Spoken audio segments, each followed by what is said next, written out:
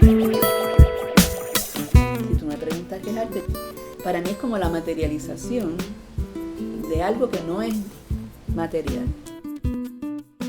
Y entonces, de acuerdo con tu destreza, tú puedes materializar eso de una manera o de otra.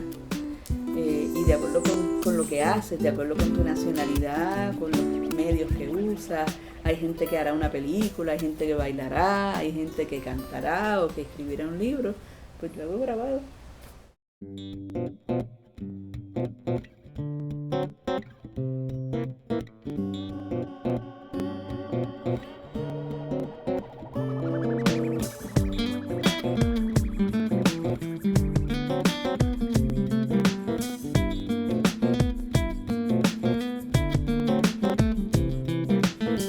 Cuando yo comencé, cuando yo tenía como 20 años, hace muchos años, el grabado era algo muy importante en Puerto Rico. Probablemente era el medio plástico más importante.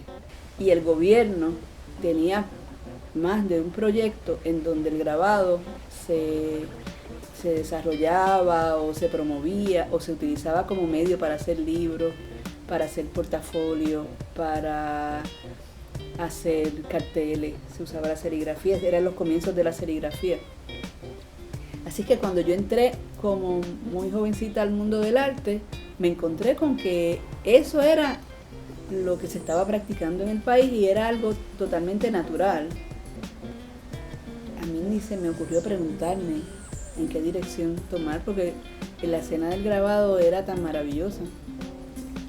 Era la época dorada del grabado en Puerto Rico, la época en que Lorenzo Mar, Tufiño, después Carlos Raquel Rivera, después tú podías ver los trabajos de Martorell, Mirna Báez, que eran otra generación, Alicea. Pero estos eran los artistas anteriores a mí, y en Puerto Rico eso funcionaba, tal vez todavía funciona así, como una especie de trabajo que pasa de generación en generación y se pasaba la tradición de un maestro a un discípulo, de un discípulo a otro discípulo, y así. Yo tengo alumnos en Puerto Rico y tengo alumnos en la República Dominicana, donde yo viví por 3 años y yo di clase de grabado, y yo llevé allá esa manera de trabajar con el grabado, de que iba como de maestro a alumno, que es algo como muy especial.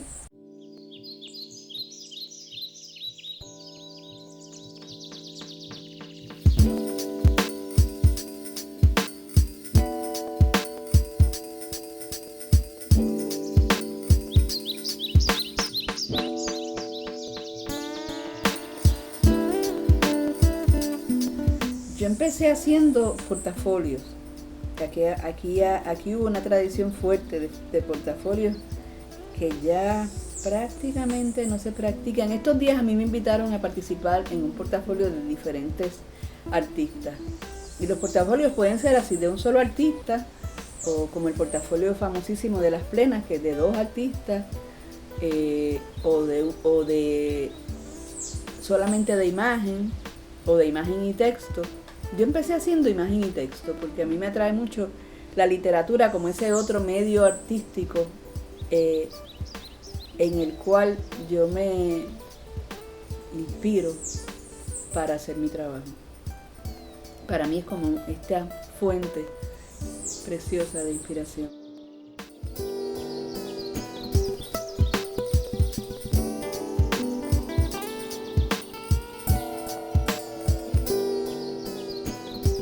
La influencia que yo tuve en términos de los libros de artistas fue de los artistas del este de Estados Unidos, del área de... Los que me enseñaron a mí fue en la ciudad de Nueva York. Y ellos tenían estos centros de estudio y yo aprendí con ellos a levantar tipografía, a imprimir perfectamente porque son muy buenos, a encuadernar de una manera creativa.